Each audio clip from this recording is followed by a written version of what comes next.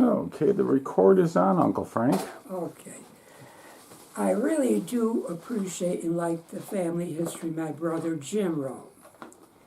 There are some inaccuracies, not major, but there's much that he hadn't included. For instance, when I recently spoken to my nephew Jimmy, Vincent Jr., he thought my mother's father's last name was Valdo, V-A-L-D-O. It's V-O-L-D-O, because I said perhaps he could check the marriage license. I assume in Italy they had to have them, and find out what is the maiden name of my maternal grandmother, Okay. Valdo's wife. Now, my maternal grandfather's first name was Andro Valdo, and he was one of these redheads, the ginger redheads. Why I mention that, all Italians are not dark. And actually, I think there's more influences than we realize. I happen to think there's a German influence because a lot of us have that same kind of sense of order. But anyway, I don't know my maternal grandmother's first name even, but she was very beautiful. I saw a picture of her, which they took in the coffin, but you could tell this was a beautiful woman. All right, but my father, Joseph Damiano, was 24 when he married my mother, who was Rose Valdo, V-O-L-D-O, and she was 18. Now, I know he gave her a beautiful gold bracelet, which I have since given to Jimmy's granddaughter, Rebecca. But it was not a romantic marriage. And unfortunately, at 18, my mother, who worked in a factory when she was 12 years old, when she got married, did not have domestic skills. And one of the nightmares one or more daughter-in-laws would tell you is living with your mother-in-law. And when she came to Utica, it was not a paradise she came into. At 18, a totally inexperienced virgin, an Italian girl who couldn't cook, really, imagine that. And the mother-in-law was very cruel to her, and one time she said, "If you say one more word, I'll push you through that window." And when my father came home, he hit my mother. He didn't speak that way to his mother. And she said to me, she could never say openly what was the case, because I was her favorite. Let me be conceited. I like to think she had good taste. But anyway, she said, "You got to promise me you never go look for her grave up at that Calvary Cemetery." Because actually, before she died, she married Tony Fauci. It should be pronounced Falke, who was my father's first cousin. They lived on Albany Street. I never reconnected with them, but they were second cousins. And she said, anytime I was expecting a baby, I would pray and say, "Please, when the baby comes, don't make the baby look like my mother-in-law." That's what she thought of her mother-in-law. You also have to realize when she married my father, an inexperienced 18-year-old girl with a 24-year-old man, there was not too much romance. And my mother did learn to become a good cook. My memories of her is when we got up in the morning, she baked bread every day. We'd have pizza frites and cocoa for breakfast.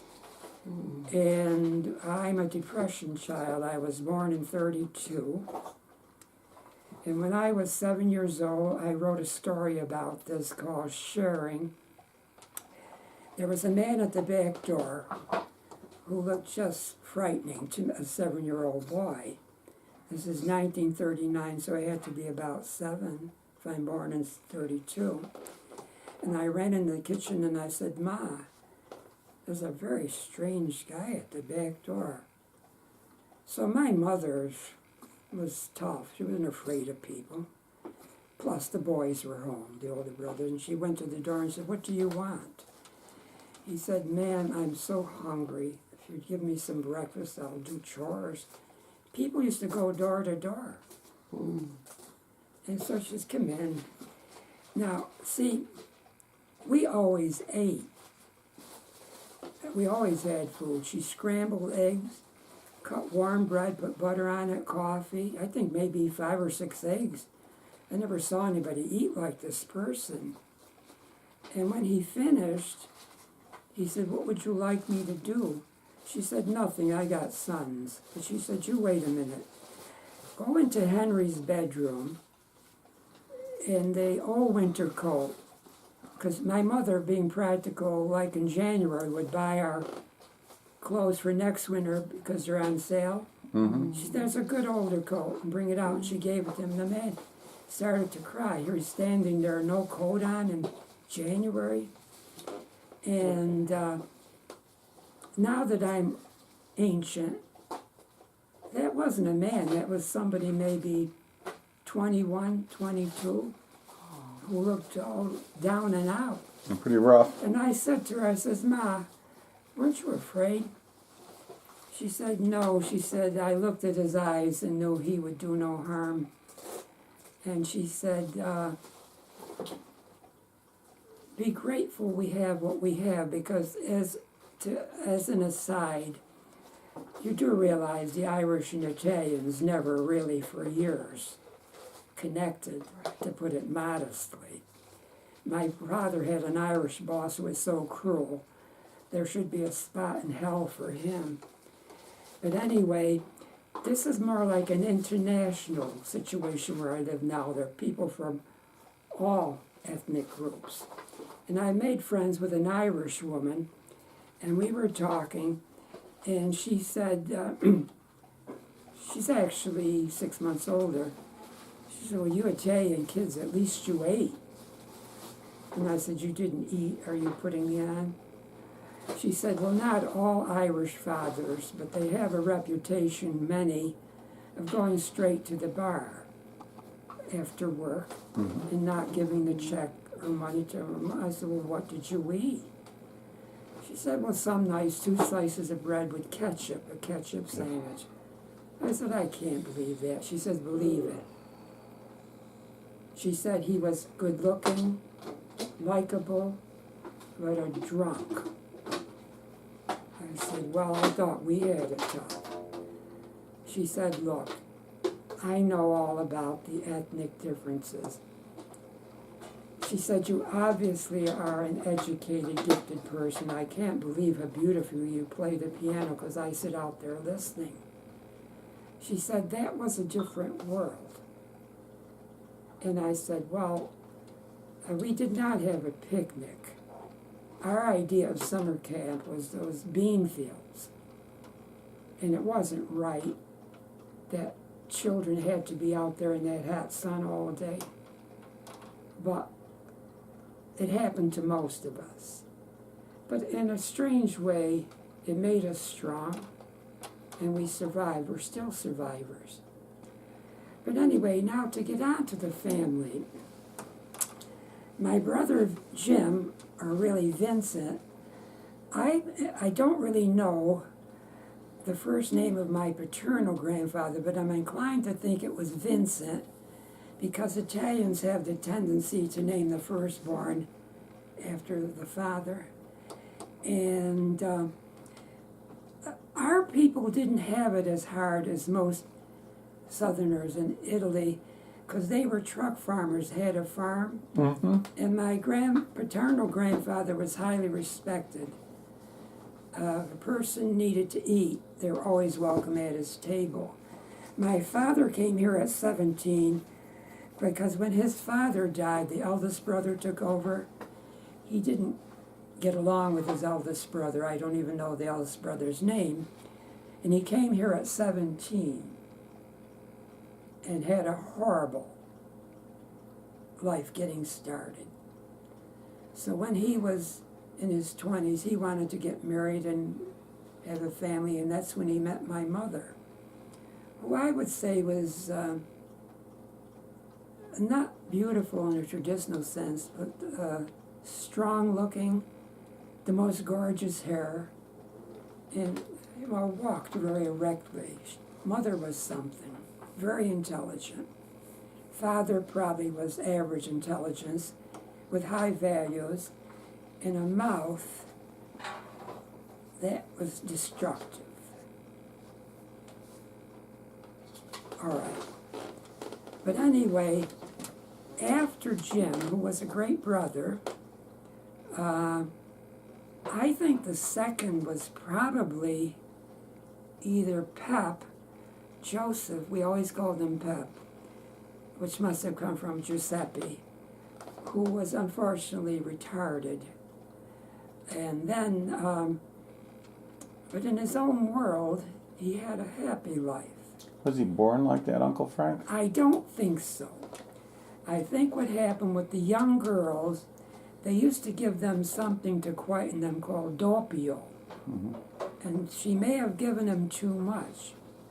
And they operated on him when he was a small baby. That's what we think. All I can tell you is I'll get to him in a moment. I think he might have been second. And what happened with him, he's the one that looked Germanic and actually a handsome man. And he developed into somebody with the mentality of a 10-year-old, couldn't make decisions, and eventually we had to put him with an organization called ARC, A-R-C, which was a great thing they've done for, they call him mentally challenged. Well, mentally challenged, he was retarded. And so I used to go see him. I must say my family was not ashamed, but they certainly didn't go out of their way to reach Pepe or Mike when he ended up at the state hospital. And one time when I went, one of the care workers, I called them McDonald graduates, and what I mean by that is they made more working there than at McDonald's. They were not trained people. And they said he had to have surgery. And I said, well, what are you waiting for? We have to get a court order. I said, but what you told me sounds serious. And so they said, probably partly to their regret, if you'd be willing to be a guardian, I know you're much younger. I said, younger, I'm the 10th of 11. He's practically the second. And they said, well, if you will become his guardian. So I went to a lawyer, explained, and I went to court. I had to sit on the stand. Could you move that dish before he, hand it to me before he dumps it everywhere? And the judge says, now why do you want to become guardian? I said, well, same parents, same genes. I went to college. I'm a pianist. I studied with a student of Rachmaninoff. I said, you know who Rachmaninoff is? He said, yes. That's my background. My brother has the mentality of a 10-year-old. He can't make decisions, and he actually has a little money that I want to be sure is securely spent for his needs. So it was granted. And he said to the lawyer, I'll never forget this, because they're not my favorite people. And he said, now, what is your fee? For some reason, the clerk doesn't have it, which was to be $250. He said, I don't want it. He says, Mr. Damiano has a lot of class to take care of his brother. I went up to, his name was Don Kynes. I went up to him, I says, listen, Don, I was prepared to pay that. He said, no. He said, if you know the scumbags I've had to defend because of legal things, I said, think you're here for your brother? He said, I have a brother who lives alone in New York. He's not retarded, but he never married. And I think of him and try to keep in touch, but he's there alone in New York. I said, well, didn't I do what a brother should? He said, yes, but I don't see much of that. Well, anyway, when Pepe died, they were planning to bury him in some paupers. I said, no, I'm taking care of everything. We have a family plot. I have a marker. He's going there. Then I had to see the undertaker, who was Raffaello. And then to bury somebody was $5,000. I said, look, I don't have $5,000. If I give you cash, what will you take? He said, cash with no paperwork, nothing. I said, I don't need paperwork. I don't need a limousine in front of the hearse. I just want him buried in the family plot with dignity. He said, 3,000, I'll get it. So I went to family members. I said, I have so much, I need $250 from each of you who aren't doing anything anyway, so that I get up to three. They did do that. And so we had a nice church service. I recorded something, and it was played at the service, and he was buried in the family plot. I got a marker for him. And I got one also at the same time for Uncle Mike, because in the family plot, the first 3 graves were taken with my Uncle Jerry, my father, and my mother. So in the back row, which people don't seem to be aware of, is Peppy, Mike, and there's a marker for me. I paid for these. So that went well, and Pep lived to be 74, 75. I'm the only one who reached 86. But I will tell you about when the others died. All right, but the next one, I think the third eldest might have been Angeline, my sister Ange, who was like a second mother, a good woman, but she dispelled the myth of the warm Italian. A lot of resentment in Angeline, some directed towards my education. Other than Jim and Jerry, and actually Michael, my relatives had a lot of resentment for the fact I went to college. They didn't know any better. But anyway, to get back to Anne, she married Frank Racino, who was the best of brother-in-laws. I could tell one story about him that isn't so noble, but there's no point. He's gone. And I jokingly used to say he worked for Borden's Ice Cream, and we were children who always had ice cream during the Depression, because when he delivered ice cream in the gallon containers, if one fell down and there was a dent in it, it was considered you couldn't sell it. He brought it to us. He was a good guy, so here we're giving ice cream to neighbors. I mean, what kids bought ice cream in 1935, 36? People had no money. We always ate. Not that I liked everything. I thought we were deprived. You know, when you're a kid. I said, who wants pasta e fagioli? I hate it to this day. I don't like pasta. An Italian who doesn't like pasta. Most pasta. So anyway, I was on Angeline. She had 3 daughters. Marie was about as cold as Ange. My name for her is Nurse Smug Snip. She married Terry Gimolaro, and they had 2 daughters. And one, I believe, has become a physician. Now, Daryl Gimolaro, who has been the best friend I've ever had, is much younger than I, is Terry's brother. He lived in my home in the 3rd floor apartment. And I no longer see him. We've not had words. And still, I regard him as my best friend. But anyway, Ange, I think, had a good marriage with Frank Racino. I don't know if it was a romantic love match. She was what we would, at that time, have she got married at 24. She was almost considered an old maid.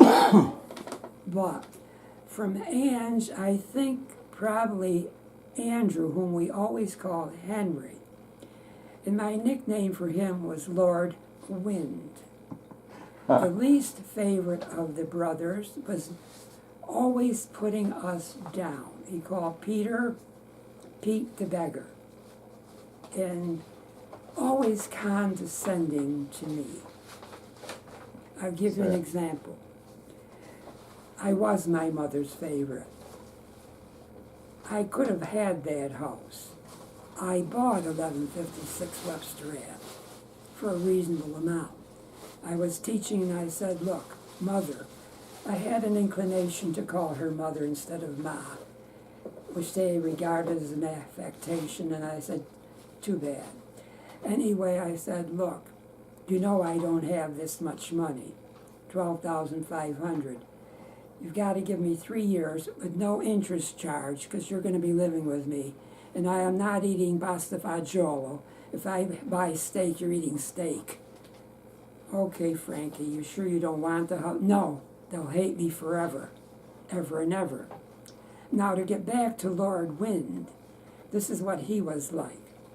One day, we're sitting down to lunch, which I'd prepare in my home.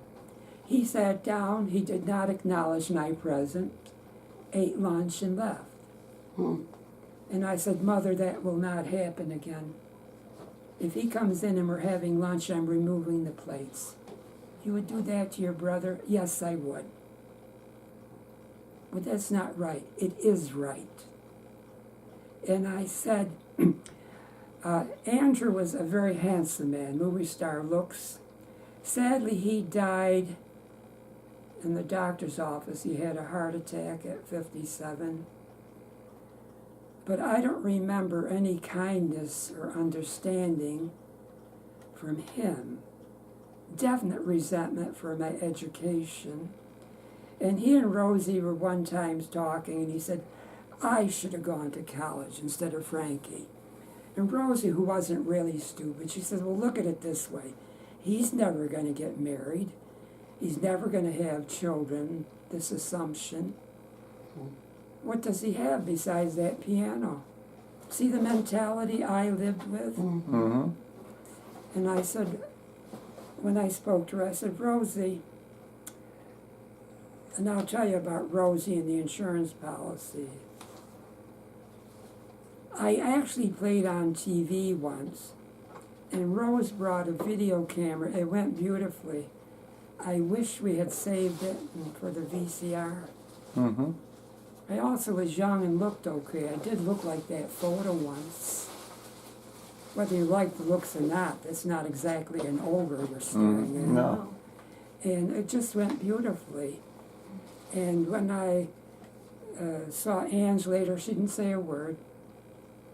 You know what I'm talking about? So anyway, actually, Lord Wind did send a student to me. And I was surprised at this because he was in the hospital. And one of the aides had mentioned she wanted her daughter to take piano lessons. And he said, well, there's only one man in Utica you should send him to. He says, who's that? My brother. I said, holy shit. He actually said something like that. You see, they couldn't admit that I was meant to go to college. There's a pattern each of us have in life. Exactly. That's the way I feel. And God, if I'm trying to sound noble, I'm human, but I've made more than my share of stupid mistakes. We all do. But I haven't had, I will say one of the bad traits in the Damianos is you don't cross them. They have a meanness that's unbelievable. I'm not one of the mean ones. My fault is I forgive but never forget. If I'm a good friend to a person and they cross me, I never warm up again to them. You understand? Mm-hmm. But there are worse people than that. But I don't like to see people unhappy, and I definitely don't have that mean streak. I'm stubborn, talk too much and too long, outspoken, and sometimes I should know better. But the Damianos can be really, as Rosemary said, real mean, because she was comparing our side to her Racino uncles. Mm-hmm. I said, but of course, none of the Damiano boys had been in jail or done some of the vile things the Racino boys have done. She said, yeah, but at least they're warm. I said, well, keep the warmth then. I said, because you younger people have received a lot of kindness and benefits that we never saw. So anyway, to move on from from Henry, it's sad the way he died. I think the next one I said Jim, Pep, Ange, Henry was probably, I love my brother Peter, but my favorite brother was Jerry, who had been hit in the service on the head somehow, some accident. He died at 41. But when I went to college, Jerry lived at 301 Rucker Street, an old home, which had antiques, which nowadays, there probably was a gold mine there. And he got a huge trunk, painted it, helped me get ready for college. And when he took me with my mother, and he said, "You're the first one, you make us proud." That was Jerry. None of the resentment there, you understand? Mm-hmm. And then I screwed up big time when I got out of college. I was offered a teaching job in Utica by the Irish one in charge of the music department, and I declined. I wanted to study in New York, very impractical. And so I did teach for a year or two. I didn't like it, not having common sense. When I finally came back, I decided to open a studio. Well, with a studio, I had the luxury of being my own boss, but not a great income and not the benefits you would have as a teacher for retirement. But since I didn't marry the beautiful redhead I was involved with, rich girl, I decided that's what I wanted to do. But anyway, I went on to, at this point, I said, which name had I mentioned? Jerry. Mm-hmm. When I opened the studio, he and Lillian were a tremendous help, his wife. He married a divorced woman, which it was not a good marriage. He had 4 children with her, and the first 2, their own father didn't want to support him. So he reluctantly let them live with him. He felt they had a father they should take care of. They were good boys. One turned out to be gay, and at that time that was not acceptable with the idiots' mentality of the age. But he became involved with a black man. They've had a good life together. What's his name? Do you remember, Uncle Frank? Tommy. Their last name was Yaros, Y-O-R-O-S-Z, something like that. Ukrainian. Their paternal father met a horrible death at a bar. Somebody beat him to death with a chain. Oh, what goes on? But Peter did very well, and actually Tommy did too. But there was no one like Jerry. He was totally family. He wasn't much over 5 feet tall. He was an MP. Can you imagine that? He was tough. Yeah. And he loved animals. I have to tell you one story about B.O. Plenty. One day as an adult, he brings home this wretched-looking, orange-looking, miserable dog, a little dog, that would bite you as soon as look at you. He built a fence and put B.O. in that fence and left food. Within a month, the dog changed. He called him B.O. Plano because the poor thing stank. I don't know where he found this dog. I don't know what eventually happened, but he loved animals and was a good-hearted man. The marriage went very badly, and he died at 41. And Lillian was somebody who always liked me. If I needed her for help, she'd come down at the drop of the hat. But she hated the Damianos. She said, "You're the only good one from that goddamn Damianos." I said, "Lillian, don't speak that way." She said, "I don't like any of them but you." I said, "What about my brother? He's miserable to me." Well, Lillian had an inclination to like men, shall I say. We won't pursue that further. I mean, she did go out on a date with his surgeon a week after Jerry was buried. Oh, jeez. My mother hated her forever. And again, I was finally learning to drive at 39, and this driving setup was bleeding me for money. You don't think I needed 13 lessons to pass a test? I called her and I said, Lillian, would you help me? She took me out 2 hours. She said, we'll go take the test. Of course I passed. But anytime I'd call her, she always liked me. But the marriage would have ended in divorce, and she behaved very badly while he was dying. I don't just mean the men. The family was there all the time. It's amazing she just didn't tell him, get out of here. You know what I mean? Mm-hmm. But she didn't take care of him. And then she did live to be 76. She lived somewhere in Joplin, Missouri. But anyway, there's more good things I could say about Jerry. But I better move on. After Jerry, all right, we had Jim, Pep, Ange. Mike. Who was the fourth? Mike. Well, Mike's coming up. See, after Jerry, What about Al? Where was Al? Or Al is after Mike. Mike is next. Okay.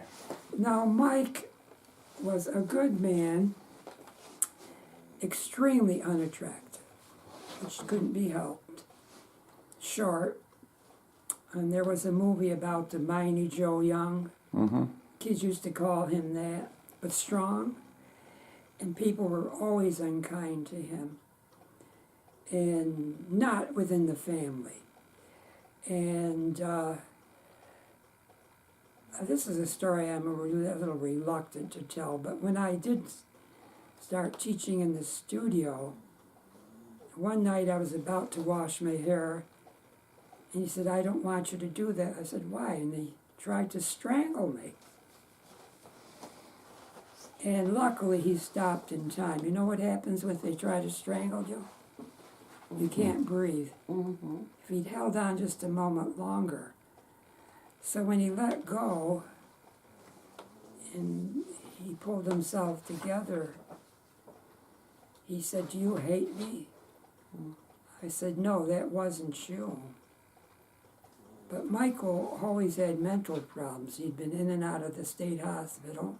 Was that from And birth? shortly after that, he went back to the state hospital. And who do you think was the first person he called to go see him when he got there? Me.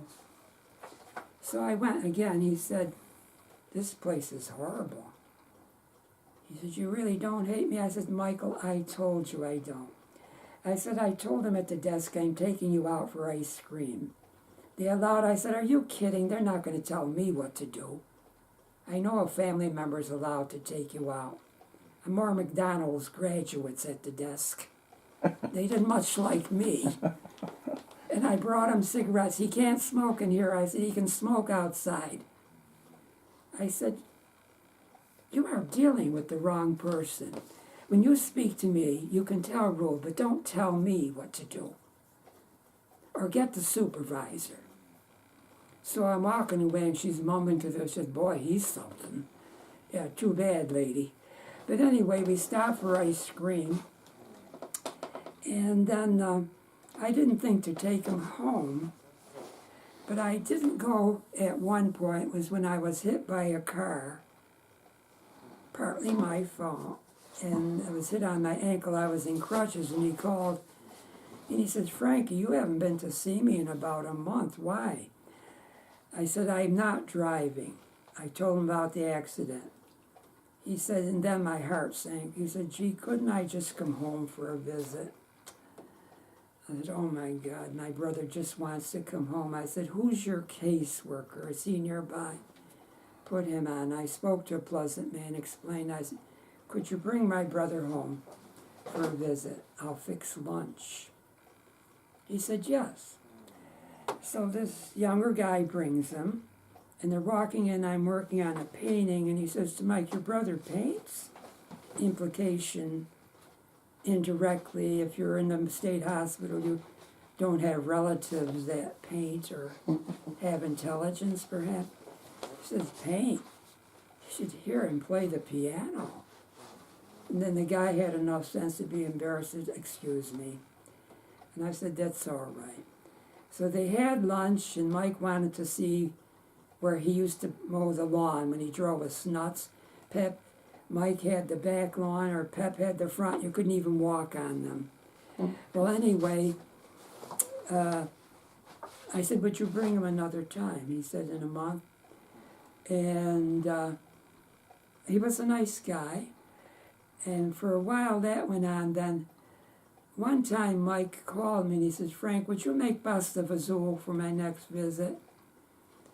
I said, you know I wouldn't eat that. Because my father tried to shovel it down my throat. Oh, Father dearest, I mean, come on. He wasn't dearest with me. Anyway, what happened was I made this. It's really pasta e fagioli, pasta fazool. So at that time, he had some Polish guy who brought him. He wasn't very friendly. He only did it because he was told to. And he said, your brother's on a salt-free diet. He can't eat just anything. I said, listen, if you care to join him, because I'm having a peanut butter sandwich and a glass of milk, you're our guest. He can eat as much as he wants today. He said, well, I don't know. I said, I know. He ate the entire pot of pasta fazool. I said, holy cow, that's Mike. But he was very thin. And I said, well, did you like it? He said, yeah, it was good, but you made it wrong. I said, you ate a pan full of this and you're telling me it was wrong? He said, pasta fazool, I'm going to use that because that's the way they say, is a meatless dish. I said, Michael, you know I wouldn't eat that unless you put a gun to my head. I added ground beef. He said, it was really good. I liked it. He said, but it's meatless. I said, I'd never have known considering how you packed it away.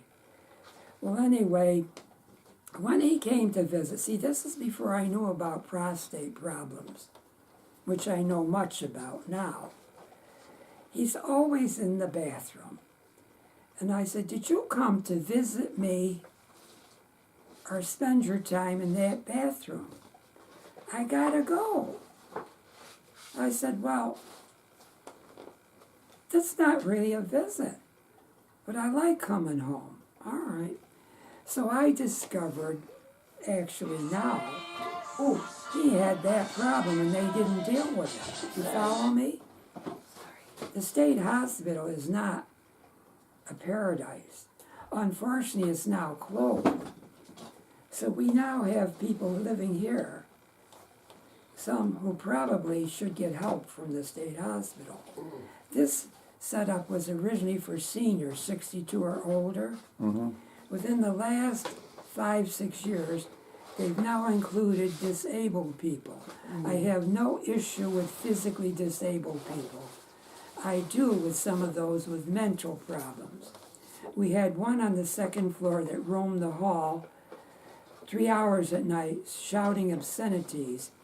And one night he knocked on the door of a woman who has since died, and he said, you go to the office once more complaining, I'll kill you.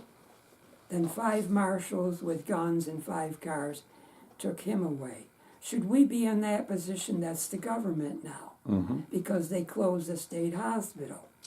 Incidentally, this man was educated, good-looking. You couldn't figure out why he behaved this way. Would knock at my door and say, I'm going to the store, do you need anything? I said, no, thanks, I'm covered. Another time, knocks at the door with ice cream. I said, really, I have it in the freezer. And I said to Nick Vedelar, who lived upstairs, what's with this man? He said, with some people, he's okay. But see, I wasn't confronted with this at 3 to 5 or 6 in the morning because I'm downstairs. So he should never have been here. He had a good job before he would ever lost it. So anyway, when Mike died, I told you ahead how I made the arrangements with the Rofero. He was buried in the family plot, and I always remember it was a beautiful service at the church. What church was it, Uncle Frank? What? You remember what church it was? St. Mary's on South Street in Utica. And this Irish priest came up to me after, and he said, that music on the piano, that was you? I said, yes. He said, that was very beautiful. He said, why did you pick that particular song? I said, well, in Over the Rainbow, or in that movie, Judy Garland, that wasn't the name of the movie. She sings Over the Rainbow, and Wizard she of said, Oz. pardon me, Wizard of Oz. And she said, a place where there's no trouble. She was Dorothy. I said, I hope he's found a place there was no trouble. He had a very unhappy life. He said, well, I'm sure he knew you played the piano for him. And see, why I'm mentioning this current situation with the Catholic Church, I've never had a priest touch me. I've had a few nuns whack you on the head. Or imagine slapping my hands with a ruler, a pianist. They were nuts. You know the problem with a nun is, don't you? The other spelling of that word. Yeah, none. It's not normal.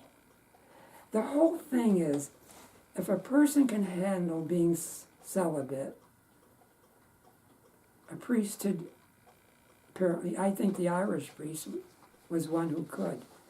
Why doesn't the Catholic Church wise up and let people marry?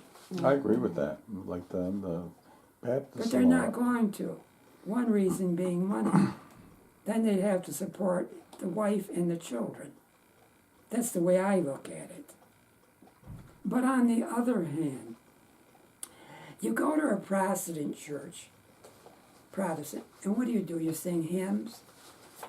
If you go to a Catholic church for a real service, you hear great music played. Mozart wrote great masses for the Catholic Church. It's unbelievable the way they dealt with this. And the current Pope, who's a great guy, when he forced that cardinal, American cardinal, to resign and put him in a sanctuary where he's to pray, that's the way they dealt with it. It wasn't right. But they're now saying he should have been arrested. And these priests, which they had the Catholic churches done, when one of these priests molested boys or girls, they sent him to a different parish. That wasn't the right thing to do. Now they want church records, and there's a period then after a certain number of years they can't do anything anyway. But they're not going to clear that up instantly. But the church has to repair itself, right? It's the only way to look at this. But I don't like hearing people talk it down all the time, especially non-Catholics. Obviously, I'm not a churchgoer, but I am Catholic. And there was an atheist who lived here that said, we have to someday talk about dogma. I said, you've been working at the bar too long. He was a bartender. I'm Catholic. I'm not discussing anything about religion with you. And he just looked at me. He said, I thought you were more liberal. I'm not. There is God.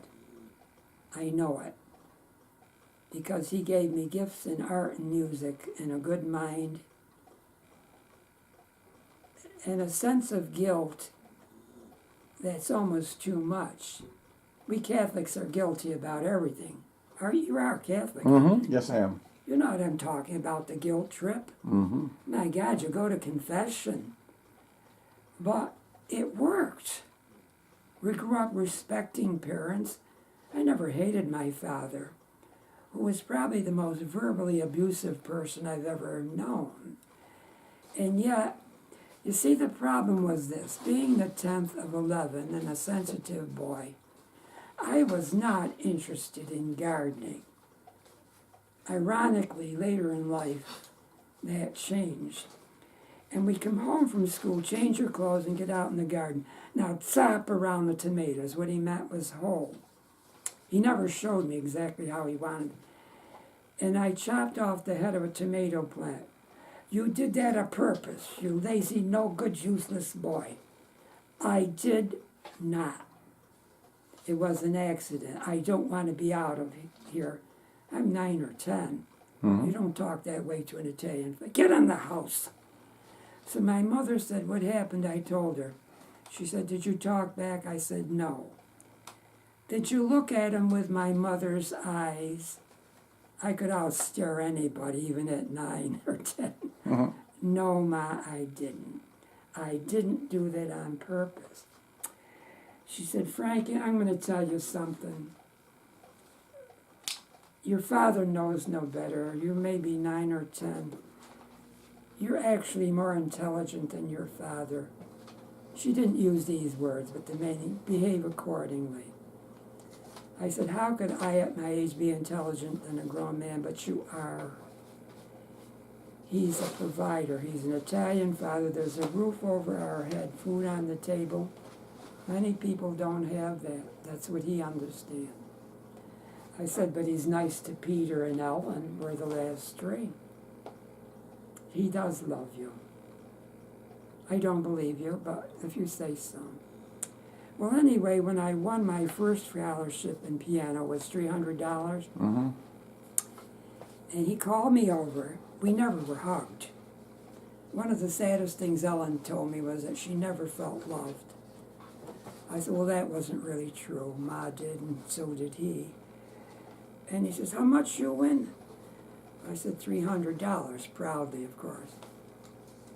You're not the only one played the piano. I said, there were 10 of us, and the others were good. I said, so-so. I said, there was just one, this Polish girl, but I had an edge. I didn't quite use words that, and what was that? Well, being Italian, I play with expression naturally. And she didn't. I said, no, she played like a machine. He said, you know that? I said, yes. So I guess there's some hope for you. Did you hear what I just told you? I guess there's the best he could do. So I walked away. The following day I'm walking. Well, I was more than 9 or 10 at that age. I was probably early teens. But $300. It's a lot of money. And so Mrs. Finelli's walking down. She had a goiter. And I used to always